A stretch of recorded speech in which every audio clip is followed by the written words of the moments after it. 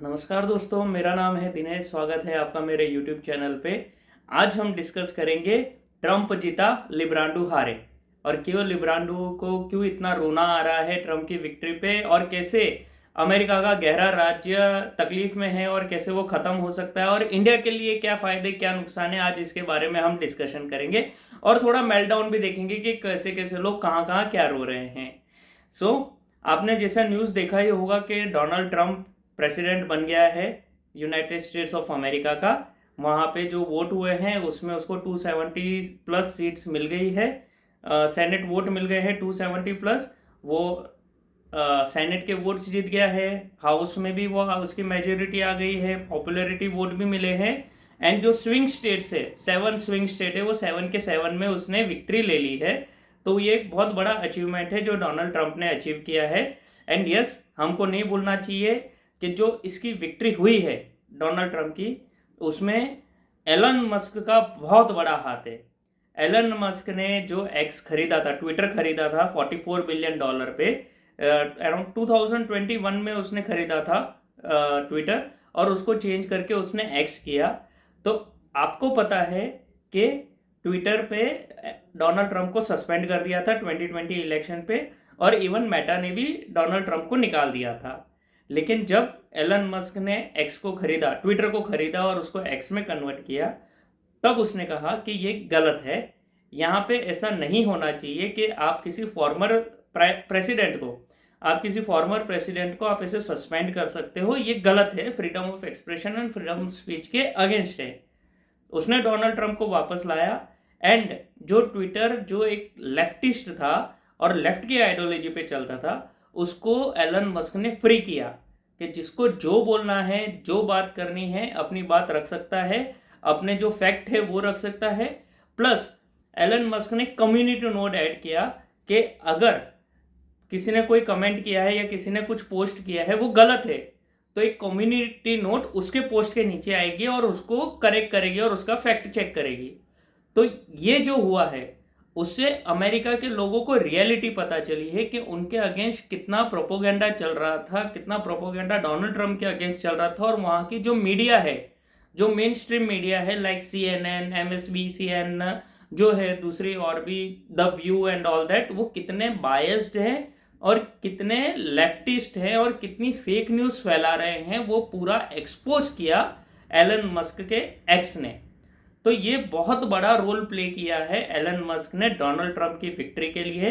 And Alan Musk ने अपना पूरा स्टेक लगा दिया था, बिकॉज अगर कमला हैरिस जीत जाती तो एलन मस्क जेल में था। इतना ज़्यादा रिस्क है क्योंकि लिबरल्स आर न्यू फैसिस्ट, और we can say new type of Hitler in this world. Okay, और वो क्यों है, that I will also discuss with Mexico example. So पहले हम देखते हैं डोनाल्ड ट्रंप ने क्या। डोनाल्ड ट्रंप का आप कैंपेन देखेंगे, उसका कैंपेन बहुत अप्स एंड डाउन्स पे रहा, बिकॉज उस पर 3 टाइम्स अटैक्स हुए।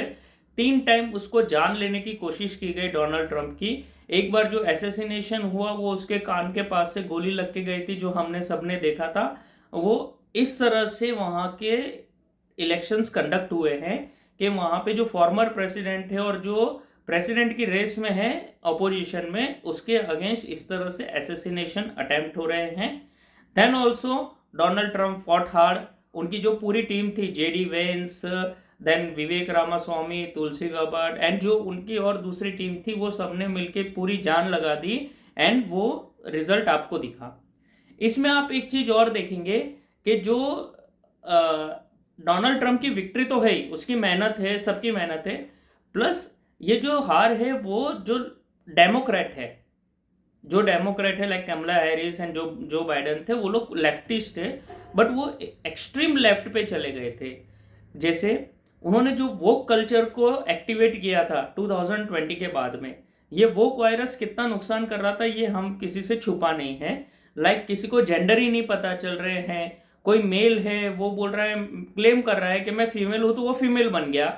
जो एथलीट है, जो फीमेल एथलीट है, जो बचपन से मेहनत करके आगे आ रही हैं, उसमें वो मेल जो एथलीट है, जो फेल हुआ मेल्स के कंपटीशन में, उसने अपने आप को बोल दिया कि मैं फीमेल जैसा फील करता हूँ। वो फीमेल की कंपटीशन में आया और जीत गया।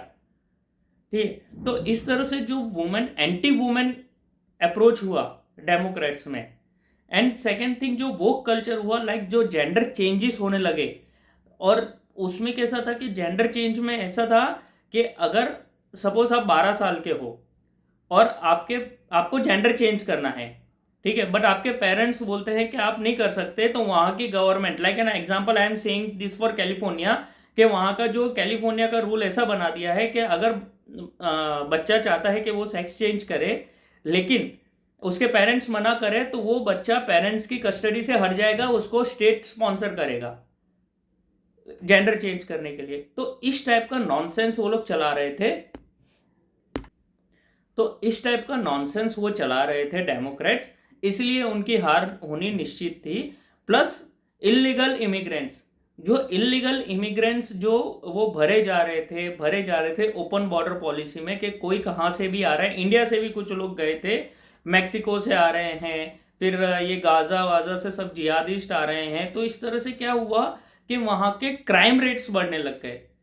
प्लस वहाँ पे इलीगल इमिग्रेंट्स को फ्री में होटल में रहना, फ्री में खाना देना, वो सब करने से उनकी जो इकोनॉमी है उस पर अफेक्ट होने लगा, इन्फ्लेशन बढ़ने लगा और क्राइम रेट बढ़ने लगे। तो लोगों में भी चिंता हुई कि भाई भाव इन्फ्लेशन बढ़ रहा है, इकोनॉमी घट रही है हमारी, इन्फ्लेशन बढ़ रहा है, लोगों के पास पैसा नहीं और आप फ्री में बांट रहे हो। तो ये जो चीजें हैं वो एक्यूमुलेट हुई। Plus war mongering, Democrats believes in war, Democrats believes in war. Obama ने 6 कंट्रीज में वॉर की थी, उसने मुस्लिम कंट्रीज में इतने बम गिराए थे, जो न्यूक्लियर बम से भी ज़्यादा बम उसने गिराए थे, जो एक कंबाइंड न्यूक्लियर बम का जो अटैक होता है उससे ज़्यादा बम गिराए थे इसने इस्लामिक कंट्रीज में, ओबामा में। तो भी वो बोलता है कि भाई मैं एक नोबल पीस प्राइज विनर हूँ, नोबल पीस प्राइज का वो उसको मिला था, ये सब बम गिराने के बाद भी। इस टाइप का डेमोक्रेटिक, यानी इस टाइप का आप देखोगे इकोसिस्टम है, एक इकोसिस्टम है। उसी तरह से ये डेमोक्रेट्स है, जैसे ही 2020 में आए आप देखेंगे रशिया का वॉर स्टार्ट हुआ, रशिया यूक्रेन का।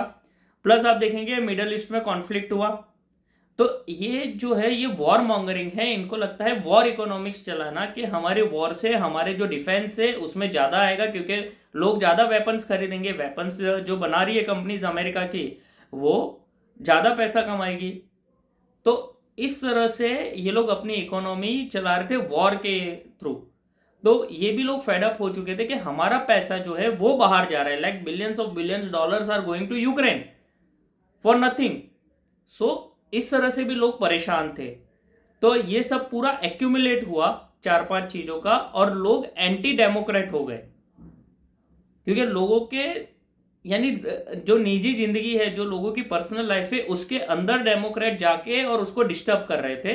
तो पेरेंट्स ने जाके इसके अगेंस्ट वोट दिया है कि भाई डेमोक्रेट जो कर रहा है हमारे बच्चों के साथ वो गलत है। और वो बेसिस पे उन्होंने वोट दिया ट्रंप को, बिकॉज ट्रंप क्या बात कर रहा था, ट्रंप बोल रहा था मेक अमेरिका ग्रेट अगेन, जो MAGA का है उसका। सेकेंड वो बोल रहा था मैं इकोनॉमी बढ़ाऊंगा, देन मैं इन्फ्लेशन कम करूंगा। और वो चीज उसका प्रूफ है कि भाई वो जो 2016 से 2020 में था तब उसने अच्छा ग्रोथ किया था। प्लस मेन थिंग वो बोल रहा मैं वॉर रुकवाऊंगा। 2016 से 2020 में एक भी वॉर स्टार्ट नहीं हुई, एक भी वॉर स्टार्ट नहीं हुई और ना एक भी वॉर हुई। और इसीलिए यही रीजन था कि 2020 में ट्रंप सिलेक्ट नहीं हुआ, क्योंकि जो पूरा जो एक इकोसिस्टम है, जो गहरा राज्य है, जो डीप स्टेट है, उसको वॉर चाहिए फॉर देयर जिनका पैसा बढ़ाने के लिए, उनकी इकोनॉमी ग्रो करने के पर्सनल गेन के लिए उनको वॉर चाहिए, ताकि लॉकहीड मार्टिन और जो दूसरे बोइंग है उनका माल बिकता रहे, उनके इक्विपमेंट, उनके डिफेंस इक्विपमेंट बिकते रहे। अगर आपको प्रूफ देखना है तो आप एक बार गूगल कर सकते हैं कि जो यूक्रेन में वॉर हुआ उसके बाद में यूरोप ने कितना बाय किया है, F-35 कितने बाय किए हैं, बिलियंस डॉलर की डील हुई है, कितने वेपन्स बाय किए हैं। तो जो जितना यूरोप को बाय करना था उससे ज्यादा बाय किया है पैनिक में कि रशिया हम पे अटैक कर देगा, और ये सब बाय हुआ है यूएस से। तो इस तरह से यूएस का फायदा देखते हैं ये डेमोक्रेट्स, और उसके अगेंस्ट है ट्रंप।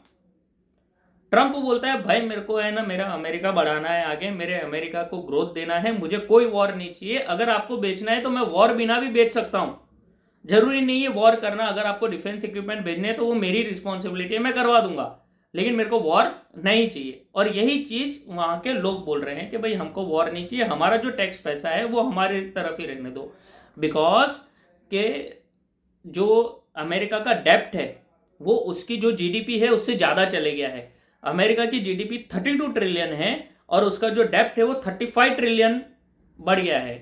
तो लोगों को भी दिखता है कि भाई जो हो रहा है वो गलत हो रहा है और हमें उसको कंट्रोल करना पड़ेगा, इसीलिए उसने डोनाल्ड ट्रंप को वोट दिया। तो ये सब रीजंस जब एक गवर्नमेंट के अगेंस्ट एक्यूमुलेट होते हैं तो ये लैंडस्लाइड विक्ट्री होती है अपोजिशन की, जो यहाँ पे सीन हुआ है।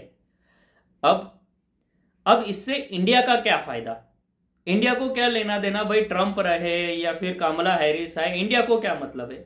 इंडिया को बहुत ज़्यादा मतलब है, बिकॉज जो डेमोक्रेट्स है, मैं आपको डेमोक्रेट्स का बताता हूँ पहले, जो डेमोक्रेट्स है वो कभी शांति से नहीं रह सकते, वो हमेशा हमारी पीठ पे छुरा भोंकते हैं, खाली हमारे नहीं वो सबकी पीठ पे छुरा भोंकते हैं कि आपसे वो अच्छे से बात करेंगे और फिर आपके अगेंस्ट ही प्रोपोगेंडा चलाएंगे। डेमोक्रेट्स यूज करता है मीडिया, डीप स्टेट्स, एनजीओस आपकी गवर्नमेंट के अगेंस्ट, और वो आपको पूरी तरह से टॉपल करना चाहेंगे। जो आप देखेंगे अगर 2024 इलेक्शन इंडिया में जो हुआ उसमें आप फोकस करेंगे तो आपका पता चलेगा कि जो ये 11 राज्य है, जो एनजीओस है, उन्होंने पूरा ट्राई किया था कि नरेंद्र मोदी गवर्नमेंट ना आए in the support of Democrats. और जो ये बांग्लादेश में जो रिजीम चेंज हुआ है, ठीक है, जहाँ पे ये मोहम्मद यूनुस आके बिठाया है और जो हिंदूज पे मैसेकर कर रहा है, वो पूरा जो ऑपरेशन है, जो रिजीम चेंज ऑपरेशन है, वो पूरा डेमोक्रेट्स ने किया है। ये इस तरह से रिजीम चेंज करने पे बिलीव करते हैं, ये नहीं चाहते कि कोई कंट्री ग्रो करे, सारी कंट्री हमारी पपेट बन के रहे, ये चाहते हैं डेमोक्रेट्स। इसीलिए ये लोग पूरी तरह से कंट्रीज में इंटरफियर करते हैं और बैक स्टैबिंग करते हैं। लेकिन रिपब्लिकन ऐसे नहीं है, जो ट्रंप है वो ऐसा नहीं है, रिपब्लिकन नहीं, जो ट्रंप है वो ऐसा नहीं है। ट्रंप सीधा मुंह पे बात करता है, उसको जो चीज सही लगती है वो बोलता है, नहीं लगती है वो क्लियरली बोल देता है, वो बैक स्टेपिंग नहीं करता, वो प्रैग्मेटिक है, वो ट्रेड ऑफ करता है। ठीक है, जैसे वो क्या करेगा कि अगर उसको आपसे कुछ चाहिए या आपको उससे कुछ चाहिए तो वो आपसे दूसरी चीज मांगेगा। जैसे आप एग्जांपल देता हूं मैं कि हमको S-400 डिफेंस इक्विपमेंट लेना था रशिया से, ठीक है। अब रशिया से अगर आप डील करते हो तो वो अमेरिका अपने अगेंस्ट मानता है कि भाई अमेरिका रशिया को दुश्मन मानता है, बोले उससे कोई भी बिजनेस करेगा तो ये अमेरिका उससे सैंक्शन लगाएगा, ठीक है, यानी उस पर कुछ प्रतिबंध लगा देगा। इंडिया ने S-400 लिया तो उसमें अमेरिका ने बोला, जब उसकी मीटिंग हुई तब ट्रंप था प्रेसिडेंट में, तो ट्रंप ने क्या किया, ट्रेड ऑफ करवाया, बोले ठीक है आपको रशिया से लेना है तो आप लो, लेकिन आप ईरान से ऑयल कम कर दो लेना। तो हमने वो किया, हमको रशिया से जो S-400 है वो लेना ज़्यादा जरूरी था, तो हमने इस तरह से ट्रेड ऑफ। तो ये क्या होता है, ये ट्रेड ऑफ सभी करते हैं, इंडिया भी करता है ट्रेड ऑफ चीज़ों में कि भाई हमको ये करना है तो आप ये करो।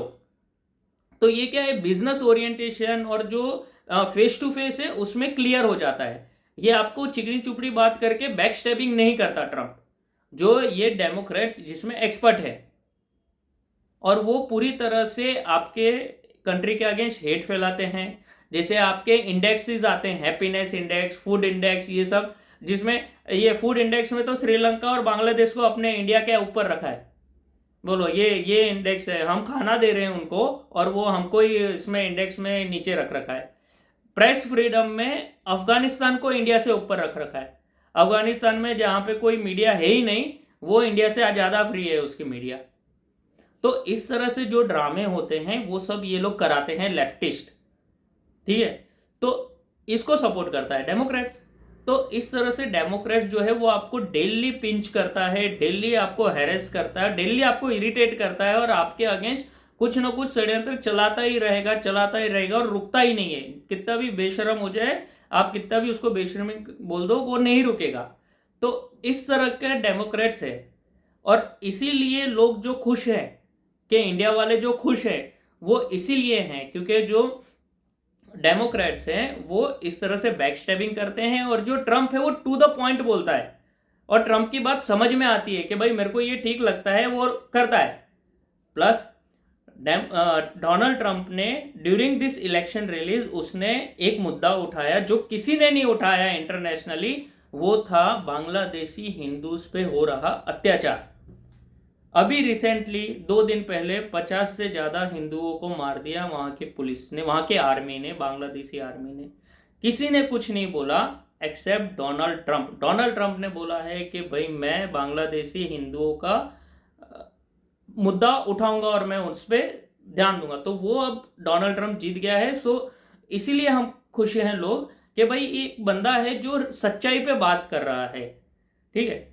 तो इसलिए इंडियन भी खुश है। प्लस उनका खुशी होने का रीज़न एक और है कि भाई जो ये लेफ्टिस्ट लोग रो रहे हैं उनको देख के बड़ी खुशी मिलती है कि साला हम पे रोज रोज तुम लोग इस तरह से करते हो और जो प्रोपोगेंडा फैलाते हो उसका मेल्टडाउन देख के भाई हम बहुत खुश होते हैं, ठीक है। ये जो रोना धोना इनका चल रहा है इससे देख के बहुत मजा आ रहा है, जो पागलपना चल रहा है मजा आ रहा है देख के कि भाई किसी के सबके दुनिया उजड़ गई, ये हो गया वो हो गया। हाँ भाई बहुत मजा आ गया देख के, और इसमें मजा आएगा क्योंकि डोनाल्ड ट्रंप आएगा तो सबको पता है कि भाई वो क्लियर कट बात करके सॉल्यूशन लाएगा इंस्टेड ऑफ टेकिंग नॉनसेंस, ठीक। तो ये था एक इंडिया का व्यू, ये था एक कैसे एनालिसिस है कि कैसे अमेरिका में ये इलेक्शन हुआ और डोनाल्ड ट्रंप जीता।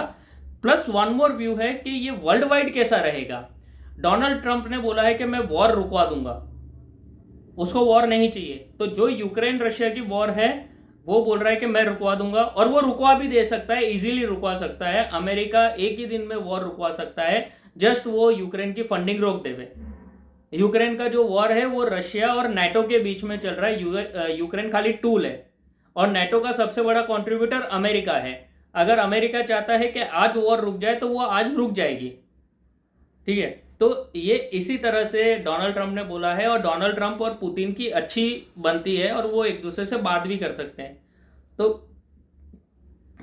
तो जो उसने बोला है डोनाल्ड ट्रंप ने कि वॉर रुक जाएगी, तो वो ऐसा कर भी सकता है। प्लस जो मिडल ईस्ट में कॉन्फ्लिक्ट चल रहा है इजराइल एंड ईरान एंड उसकी प्रॉक्सीज का, ईरान की प्रॉक्सीज का, वो भी वो बोल रहा है that I will bring a solution to it. और सॉल्यूशन भी अभी आप देखेंगे, जैसे ही ट्रंप जीता वैसे ही हौतीस ने सीज फायर कर दिया, वैसे ही हमास ने सीज फायर कर दिया, वैसे ही हिजबुल्ला का तो वो चल रहा है, पेलम वाली उधर वो मार रहा है।